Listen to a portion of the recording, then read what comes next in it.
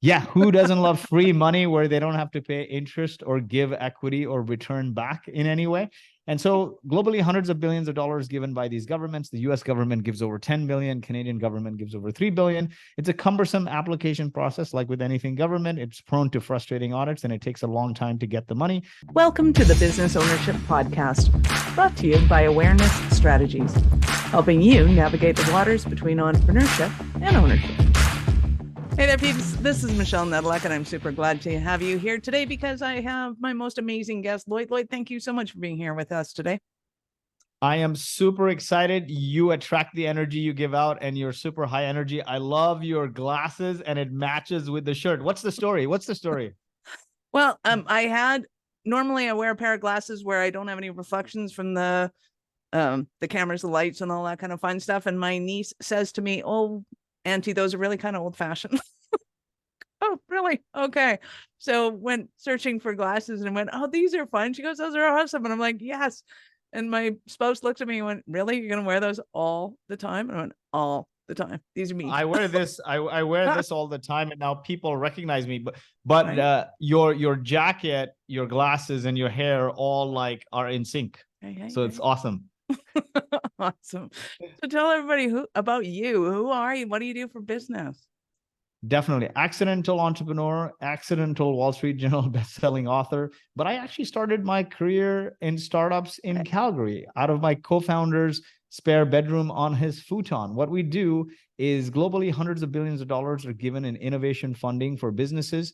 We automate that. We integrate with the company's technical and financial systems to give people money for R&D and innovation by tapping into these government programs, right? Woo-hoo! So globally, who doesn't love money? Yeah, who doesn't love free money where they don't have to pay interest or give equity or return back in any way? And so globally, hundreds of billions of dollars given by these governments. The US government gives over 10 billion, Canadian government gives over 3 billion. It's a cumbersome application process. Like with anything government, it's prone to frustrating audits and it takes a long time to get the money. So we integrate with the company's technical and financial systems, pull that data in, figure out what it qualifies for, apply for it, and make sure the company gets the money. What the heck made you decide to go into that as a business? It sounds like if anything could possibly be worse, oh, kill me now.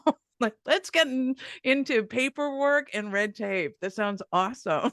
You know, there's a lot of money to be made in the unsexy, right? The thing is, the world is full of red tape. We look for the sexiest businesses. And, you know, AI is the flavor of the month, but we've been doing, or rather flavor of the year, but we've been doing AI for years, since before 2017. And it's not about using AI to create that fancy video or those clips or art. It's about how to use AI to kill some red tape and make unsexy, frustrating, laborious industries that nobody cares about more efficient, right? Because I think the media and the world has perpetuated this addiction to unicorn porn. In reality, the world is run by horses, camels, and donkeys. So let's make the world more efficient for the folks who actually run the world rather than the sexy businesses out there, which are few and far in between. Awesome. Yeah. So my co-founder and I studied engineering together. And after engineering, he ended up in Johnson & Johnson's engineering leadership program, then was egged to do a startup. And that startup didn't work out. He felt he needed to study accounting and finance to be successful as an entrepreneur. But what happened was his unique experience and education in engineering combined with accounting and finance took him into this world of R&D credits where he was manually filling paperwork to apply for these on behalf of Big Four accounting firms' clients.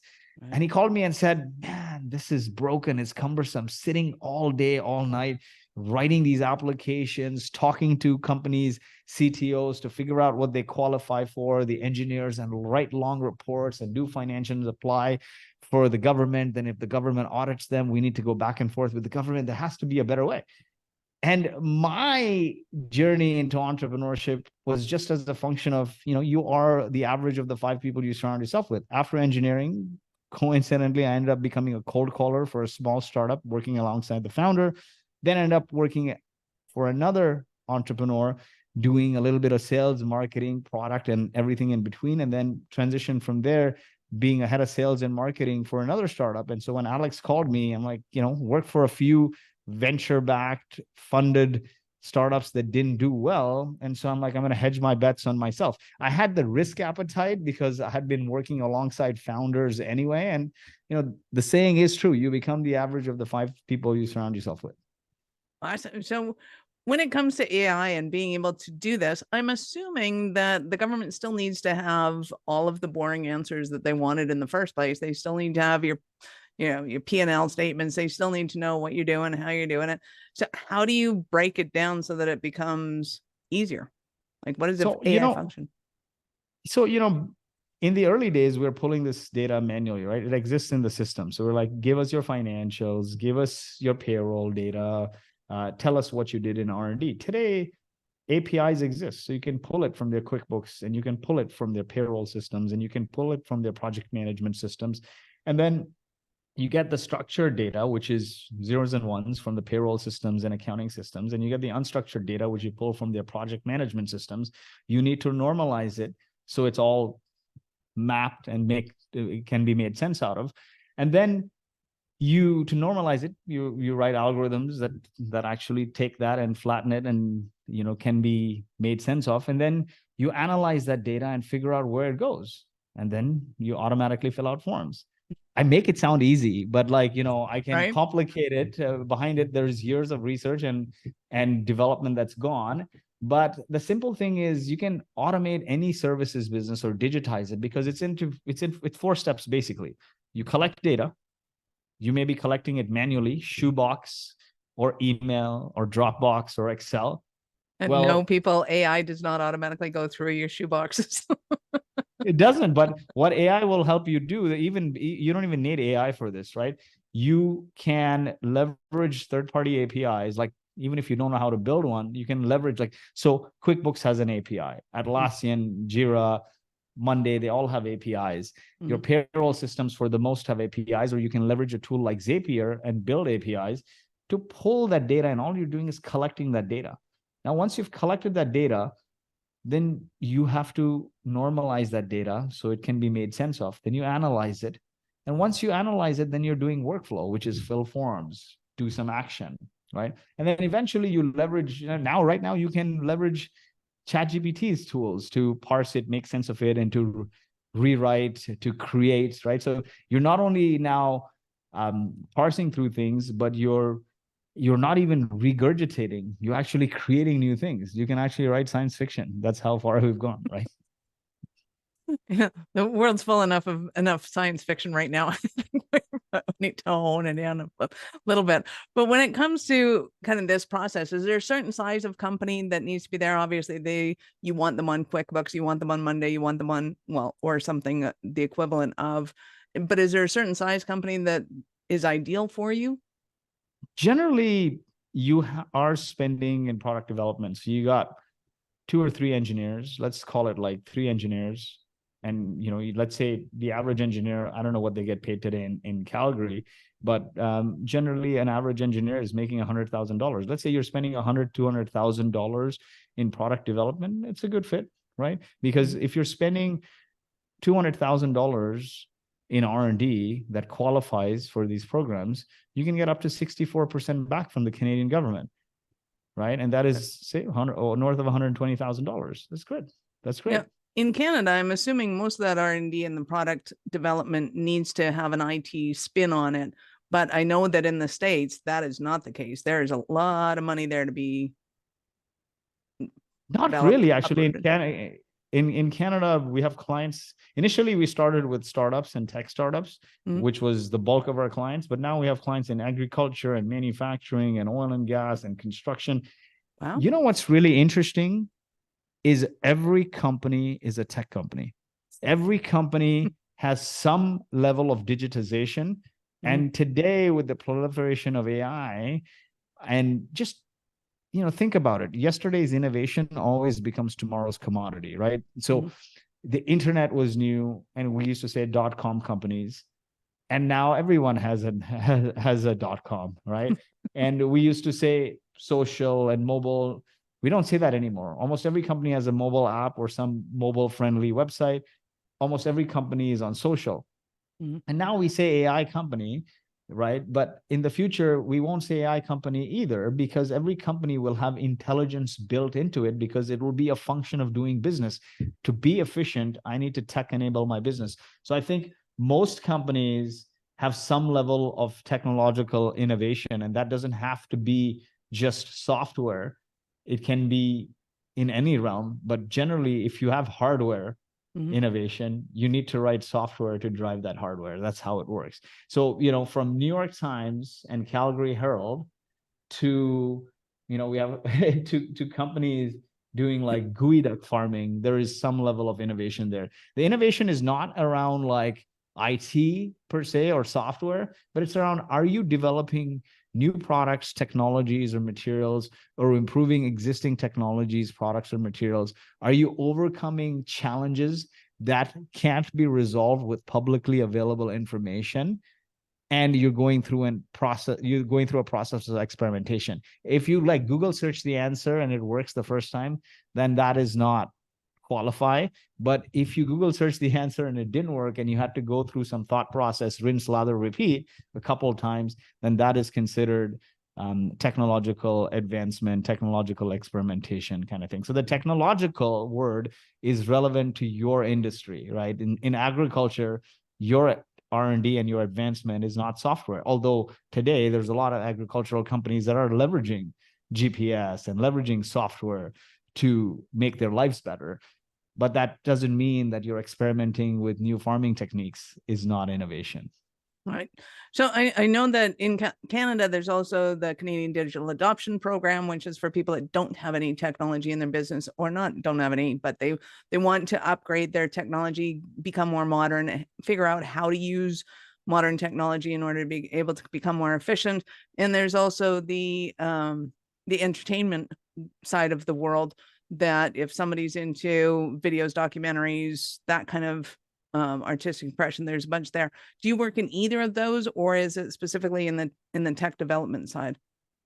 We don't work with those, with the digital adoption. We can recommend people, but we work specifically with the scientific research and experimental development program, which is applicable to all industries, whether you're developing new kinds of seeds or new kinds of chemicals or new kinds of materials or new kinds of software or improving existing ones, new machining techniques, new fabrication techniques, new drilling techniques, industry agnostic, technology agnostic. As long as you're building something new or improving something existing, we can help you get that R&D tax credit or scientific research and experimental development refundable tax credit, which works out to typically 64% of your development, your product development, your R&D, which is really experimental development spend, as a cashback. I love it. So if somebody's going, like, they're listening to this and they go, well, I kind of have this sort of idea of something that I wanted to do. Is that the right time to get a hold of you to look at this? Or is it once they've already got their engineers and their coders and stuff rocket and rolling, that's the time to get a hold of you, or something different? I think once once the rubber hits the road, meaning they've hired a couple of people to actually do the work and they're actually spending the money, that's the time to get a hold of us, because we're helping you recover the money you spent on those activities as a cashback. Nice. Love it. So I know our listeners are going to want more from you. How did they start that journey with you?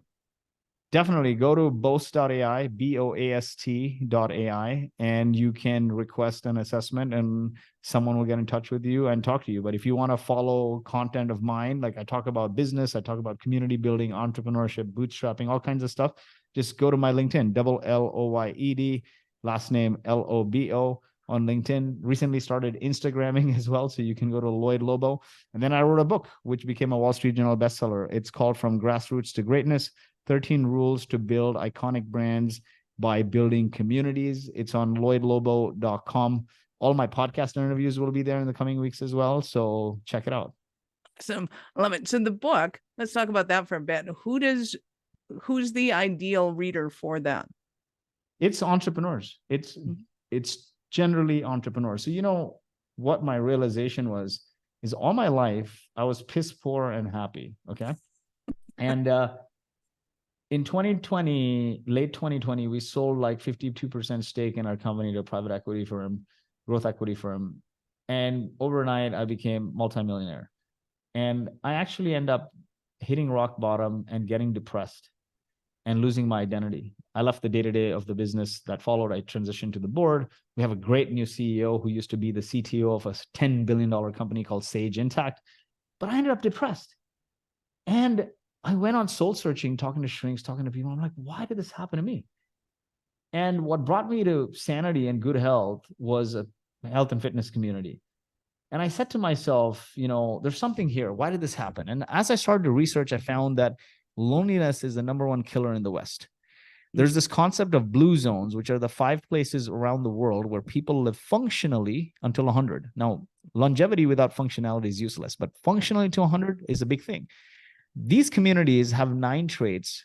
4 or 5 of them have to do with human-to-human connection, social living. And then I started to reflect back on my journey. I was born in Kuwait to Indian parents who were piss poor in India. They weren't educated. My mom grew up in the slums of Mumbai. My dad was a farmer. Because they couldn't immigrate out west, their only option was go to the Middle East where the currency translated higher. And so my childhood summer vacations, because we couldn't afford to go anywhere, was spent in the slums of Mumbai, where my mom and 9 of her siblings lived with their parents, lived in this house, which were 4 cement block walls and an aluminum roof that didn't have a toilet. Going to the toilet was a communal activity. You'd stand in line every morning and chat with people. You'd pump water because they didn't have their, water coming in. And that was a communal activity. Watching TV. Now, my grandparents had a TV because my mom lived abroad in Kuwait, so she could bring back a TV. If you cook a little extra, you'd share it with your neighbors. We'd play together every day. And in the summers, puddles would turn into ponds and we'd be swimming in there. And it was entirely community driven. Now, today, in this situation, I've hung out with multi-billionaires in chateaus in France, sipping champagne. I wanted to get out of there. And I'd trade anything to go and hang out in the slum there. So what would happen was at the end of every summer, when we had to go back to Kuwait, I'd grab my parents by their feet and say, please leave me here and just go back. I don't want to come with you. I don't want to come with you. Now, fast forward a few years, Kuwait was hit by the Gulf War in the early 90s. I was maybe 9 or 10, something like that, really young. And that day when I went down the building, you know what happens in 2023, right? We listen to bad news and we just belabor on it, and it perpetuates and turns into new monsters, right? Negative energy just spreads. But back then, no better risk, no worse risk than you don't know if you're going to live or die. The security in this country has completely lapsed. There's no phone. There's no internet. People immediately started coming together to think of solutions. I'll guard the building from X time to Y time. I'll organize food supplies. If you have displaced family members, I will give them shelter. Every building became a sub-community that communicated with the next building, the next building, the next building. Word of mouth spread to embassies, to governments, and the community came together to evacuate people to safety. As I was reflecting back, in this time of depression, thinking through my journey, I'm like, wow, inadvertently, that experience gave me 3 things which shaped my life. One is it taught me that there's no task a group of people united by a great purpose that can't achieve. 2, it taught me that great leaders cascade purpose. They don't just cascade goals. And that is important because, back then, Rambo was huge. I was a kid. I threw on a bandana, red bandana, and I'm running around acting like I'm the one rescuing Kuwait from Saddam Hussein. Nobody made me feel insignificant. They were like, help, do whatever you want. And you know what? I actually accidentally burnt down a refugee camp through my shenanigans. So what happened was every bus had color-coded ration and supplies. And so our bus, water was white and gasoline was black or brown canister. And as they were saying, load up, I was like trying to show how strong I am, little Rambo. I dragged the canister in the bus. And now when we get through the camp, my uncle, who's like 6'5", he's like, let's make tea. We're all tired, the first camp we're in. And he pours it over bonfire. And it ended up not being water, but gasoline. I picked the wrong color coded from the next bus over, and it just blew up in flames and people were running all over. But nobody made me feel like a piece of crap, right? They're like, okay, things happen. It's a stressful time. And that's why I say great leaders cascade purpose. There's an example from President Kennedy that comes to mind. He was walking the halls at NASA at midnight, and he sees a janitor sweeping the room. So he says, "What are you doing at this hour?" And the janitor says, "Sir, I'm putting a man on the moon." That is what great leaders do. And it taught me a third thing, which I'd never realized, but it gave me this rebellious nature, this risk appetite, right? In 2023, entrepreneurship has become all about making money. But what that experience taught me was the entrepreneurial spirit is about taking an obscure idea to execution and impact while dealing with extreme risk, uncertainty, and ambiguity. No bigger risk and uncertainty than are you going to live or die? And so fast forward a few more years, Michelle, I ended up in Canada. We ended up immigrating to Canada. Now, I haven't finished high school. I missed all my high school exams. I ended up in Canada. And I'm like, if my parents find out I didn't finish high school, they're going to kill me. So let me just apply to every university. Let me just fake it. You know, most kids would not apply to university. I applied to every university, every college that there was. And I'll tell you one learning from that is luck and risk are two sides of the same coin. The ones that get lucky, because I get told a lot, you're lucky. I'm like, yes, I'm lucky. I believe in luck. But the ones that get lucky are the ones that never stop flipping risk, right? And you get lucky. So nonetheless, I applied, and one college in Toronto asked me to come and write entrance exams. I wrote math and English. I provided the previous year's transcripts. So they said, "Hey, we're in a hurry. The semester is starting. Your scores were good." I was just a rebellious kid. I wasn't a bad student. So they said, "Why don't you start? But send me your transcripts when you have them." I said, "Hey, there's political unrest in my country, so I won't have it for the next few weeks." They're like, "If you don't give it to us by the end of the month, you have to unenroll." Luck would have it, they never followed up. So I graduated engineering without a high school diploma. Nice. That is awesome. So now fast forward a few years, I finished engineering. I don't want to do this 9 to 5 job. I asked a bunch of people I knew who were in business, because back then we wouldn't say entrepreneur or startup. We would say businessman, businesswoman. Those were the words. Yep. And they said, "Hey, your communication kind of sucks. To be in business, you need to be a great communicator, because convincing your spouse that you're not going to make money is communication. It's sales. Convincing customers when you have no product is communication. It's sales.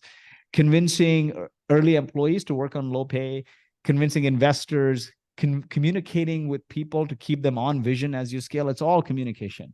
Now, here's one thing I realized when I heard this advice. I started to think. I'm like, how do I fix my communication? And all the advice was, oh, go public speaking classes. I knew 100% one thing. I'm not a self-motivated individual. Self-motivation is not hanging out in like Squamish and showing up when things are perfect, or hanging out on a beach in Dubai and showing up when things are perfect. Self-motivation is, do you show up when you're repeatedly punched in the face? And I'm like, if I go on stage and get laughed off by 5 people, I'm never taking another public speaking class. I knew it.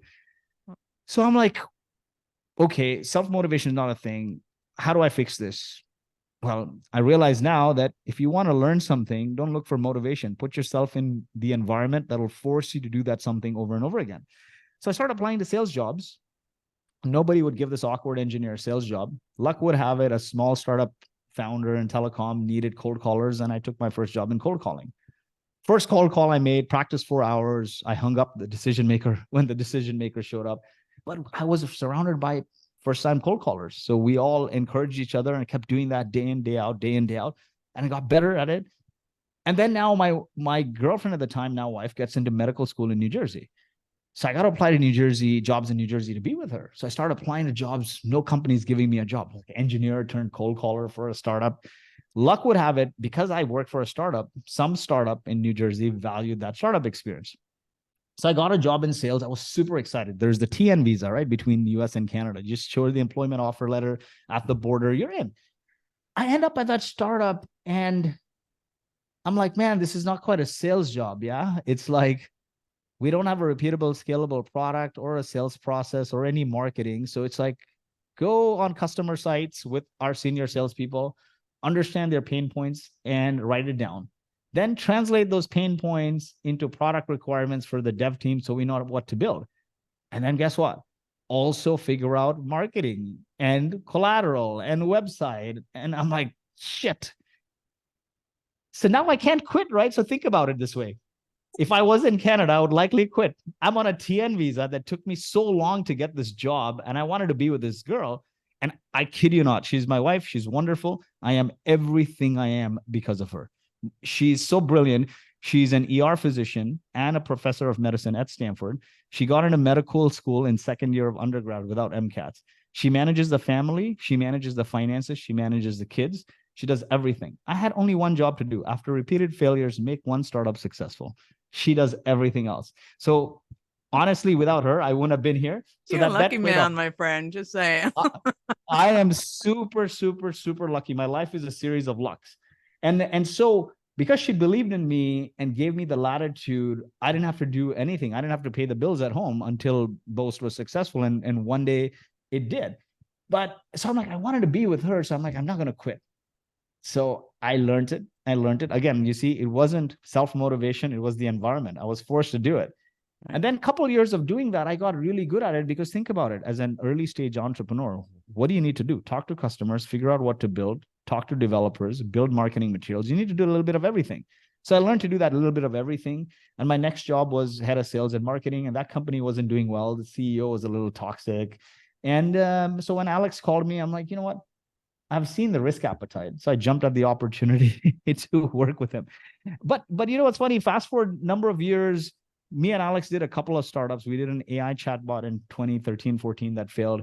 Then I did another AI sales assistant, which was incubated by a VC in Silicon Valley, worked out of their office, sank through like 6 million. And that company failed. Did an events company. And the first conference we did, the third partner ran away with $250,000 in profits, locked us out of our accounts. We had to sue him. After paying the lawyer fees and everything, I think we ended up with like 50K paid in installment over 6 months. It didn't even feel like money was hitting us. So we had multiple failures, but Boast finally hit. And when Boast hit, finally I'd come into money. But you see what's happened is from spending my childhood summers in the slums of Mumbai to being a refugee of the Gulf War, also community-led. And then when I went into business and entrepreneurship, it was all about, I learned everything about marketing from HubSpot's inbound marketing community. I learned everything about startups from the Startup Weekend community. And then when we built Boast and we couldn't cold call and get customers, we built our own community called Traction. It's about 120,000 subscribers today, but we started doing weekly meetups and then evolved into conferences. So the community was my tribe. My identity was around my company. And when I came into money, and left the day-to-day, I just felt I lost my tribe. I lost my identity. And I became depressed. And Michelle, you know what was really funny is all my life I chased success, i.e. society's definition of success, which is money, looking for happiness. And my wife would always tell me that your kids are going to call you uncle. You don't spend enough time with us. And I'm like, we'll go for the vacation at the end of the year. And they're like, kids don't remember the 2 weeks. They remember that you were not present during dinner because the compound interest in that is huge. And then when we were in this due diligence for Boast during the deal, I got equally busy. I got like worse, 10x worse. Nobody would see me. Anytime anyone would come in my home office during COVID, I just kicked them out. And I kept telling her, you know what, let the deal go through. We'll take everyone to Bora Bora. And she's like, nobody cares about your Bora Bora. Seriously, the kids don't. But nonetheless, the deal went through. I booked everyone to Bora Bora, my family, my sister, my mom, dad, kids. 2 days before the Bora Bora trip, I got hospitalized with bilateral COVID pneumonia. I'm on oxygen at Stanford. She, being a doctor there, is not allowed in. People with spacesuits are walking in now. There's a 24/7 Zoom, and all I'm hearing is crying. I'm like, I'm going to die, right? And I got so scared. I'm like, what good is this money? For the first time, I have money, but if I die today, like other people are going to enjoy it. But and I promised myself I'd go back and change, spend more time with family. But old habits die hard. I changed for a month maybe, but as I went back to the company, things started to change. Now we had like new owners. They started to put we started to put new leadership. The company went from 30-ish people to over 100 people in 6 months. Chaotic, right? I was the face of the company. So running go-to-market and partnerships and community and speaking everywhere. All of a sudden, I started to feel like, what am I doing here? I don't even know what I'm doing here. I'm confused. And we were pirates when you're 30 people, right? A small company is always pirates, sticking elbows, poking fingers, getting stuff done. And we started hiring these big company execs, CTO from $10 billion company, CMO from a multi-billion dollar company. I was used to doing things myself. And now I was seeing like hiring people to hire people to do the job, scale tactics. And I just couldn't comprehend because I went from COVID right into this scale situation. And I started frictioning with them. I'm like, what is going on here? And now August rolls around. This is August 21. My now 9-year-old, then 7.5, comes to me and said, Dad, you promised you'd spend more time with us. You've gotten worse. What happened? And I tell her, sweetie, I don't even know what I do in this company anymore. We've got so many people. We got to make sure it's on the right path. So we do right by the people, the 100+ people who've joined on this vision. And she says, Dad, why don't you work for somebody who thinks like you so I can have my dad back rather than doing this? And my heart sank. But you know what? Still didn't change. 2 weeks later, I'm at an offsite in Austin. My phone is always down like this, right, in meetings. Now I pick up the phone close to midnight and there's like 20 missed calls. And I call back. It's my wife's best friend. And she's like, you asshole, you've done this for the 3rd time. I'm like, what happened? Your wife's in labor and there is no freaking sign of you. Why do you always disappear? Like, like weeks before. And now I have to scramble to get another flight. I can't take it until morning. I get the flight, and I think within an hour of me getting to the hospital, my 3rd child, our son, was born. Now, with all this stress, I ended up in a board meeting. And I'm like, man, you guys got to fire these big company execs you hired. And the board is like, whoa, whoa, whoa, whoa, whoa, relax. You've had a very stressful year, COVID, new kid, all this chaos. Why don't you take a paternity leave for 6 months and we'll figure out the right role for you? Honestly, and this is very selfish of me to say, but through all the pain in my life that I had gone through, nothing hit harder than this. And this is very, very, I acknowledge that it's very selfish of me because there are many bad things that happened in my life, but nothing felt as painful. That day I went home and I hugged my wife for 10 minutes and I literally cried. I wept and I said, I'm really sorry for all the times you needed me and I put the company first. And today the company doesn't need me and you're the only one standing. And so I come into money, but I end up getting depressed. I felt I lost my tribe. And so I started like just traveling to random places, trying to catch up with different community members and friends because I'm like, man, I'm not at the center of it anymore. And things came to a head. Michelle, I was in Romania speaking at a conference. And this is now at the end of the conference, they have a speaker offsite retreat in the wilderness, 4 hours from the Bucharest airport. And at 2 a.m, I'm frantically dialing for an Uber, a car, and people are laughing. They're like, what the hell are you doing? We're chilling in the pool. You're not going to get a car. Nonetheless, like 20 minutes later, the Uber sign goes off, ding, and there's Uber coming. 20 minutes after that, the Uber comes. I said, hold on. I go and pack my bags. On the bonnet or the front dash of the car, I booked a flight to Costa Rica. And I tell everyone I'm leaving because a few friends called me. That's how crazy I became. I felt I lost my whole circle that I built and I needed to catch up with everyone. So when I came back from the Costa Rica trip, my wife sat me down and she's like, listen, the glass is always half full. You are in a position to live anywhere, move anywhere, do anything, but you choose to mope for what you don't have. You have a board seat, you own a good chunk of the company, and somebody else is running it for you. But yet you're moping that you're not in the day-to-day. Your health is deteriorated, you're overweight, you're a frustrating drunk. If something happens to you, you will not get a 3rd chance after COVID, and your kids will be left holding the bag. And so then I went on this transformation journey, talking to shrinks, where people don't talk openly about it, mental health, but I talked to shrinks, talked to people, joined a fitness community, and my life completely transformed. And so I genuinely wanted to talk about community because all my life I was piss poor. And the one thing was constant. I was surrounded by a community. No hardship felt hard because I was surrounded by a community. The one time I got depressed was when I felt I lost my tribe. And I tried to find business correlations. Mm. And, I'll close with this is that I must have talked to 1,000 people in business. I rewatched all the content that I produced through Traction, our community. And I looked at hundreds of businesses, researched and saw how they came to be enduring brands. And I found something very interesting. Every obscure idea that eventually became an enduring global phenomena, from Christ to CrossFit. Every small idea that became global and enduring went through the exact same 4 stages. People listen to you, you have an audience. When you bring that audience together to interact with one another on a regular cadence, it becomes a community. Now, community is the springboard of what's to come, because when that community comes together to create impact towards a purpose that's greater than your product or your profit, it becomes a movement. And when that movement has undying faith in its purpose through sustained rituals, over time, it becomes a cult or a religion. And I looked at everything from like Harley Davidson that almost went bankrupt in the 80s to Apple. And that was a common theme. And I said, you know what? I'm just going to write about this.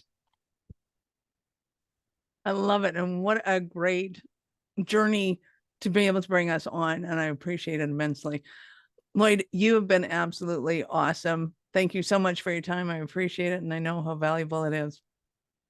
Thank you. Thank you so much. Hope this was valuable. I went on a little bit of a monologue there near the end. That was awesome.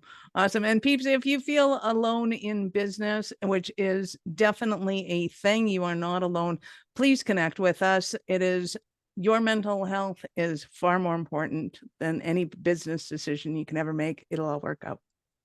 You know, it's like putting your oxygen mask first, right? What did they say on the plane? Put your oxygen mask first. If you don't take care of yourself personally, you will be of no good to yourself, to your family, or the business. Eventually, you'll burn out.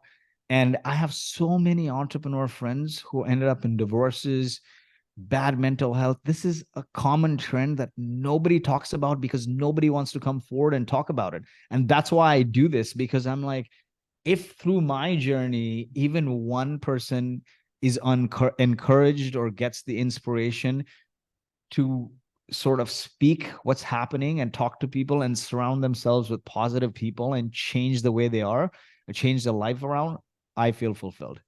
Love it. Thank you again for being here with us. I appreciate it. And you've been awesome. Thank you so much, Michelle. I love the energy. I told you, you bring out the energy you give out, and like I can just see energy. And you know, I close out, I'll say one thing. Yeah. Energy is one of the key values to building a long-term sustainable business or a community, because there's 6 traits that I found.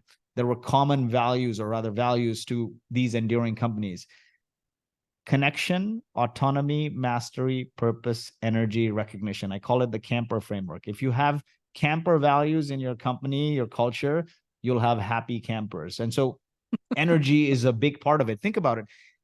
If you're like, life is dull, you just don't feel like it's a drag, right? Or you might go to a conference and you're having a great time, and then the speaker comes on and puts you to sleep. You just want to leave.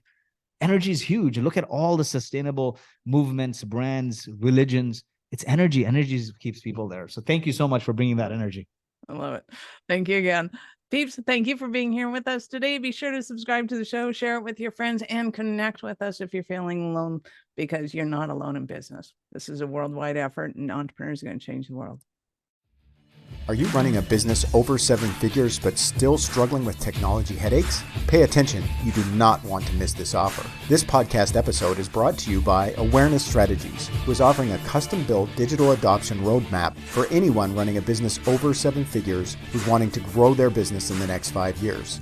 And it's not just a roadmap, they offer full implementation as well if that scares the out of you. Check out awarenessstrategies.com/roadmap for more details today. The link's in the show's notes. Don't regret not doing this. Do it now. That's awarenessstrategies.com/roadmap.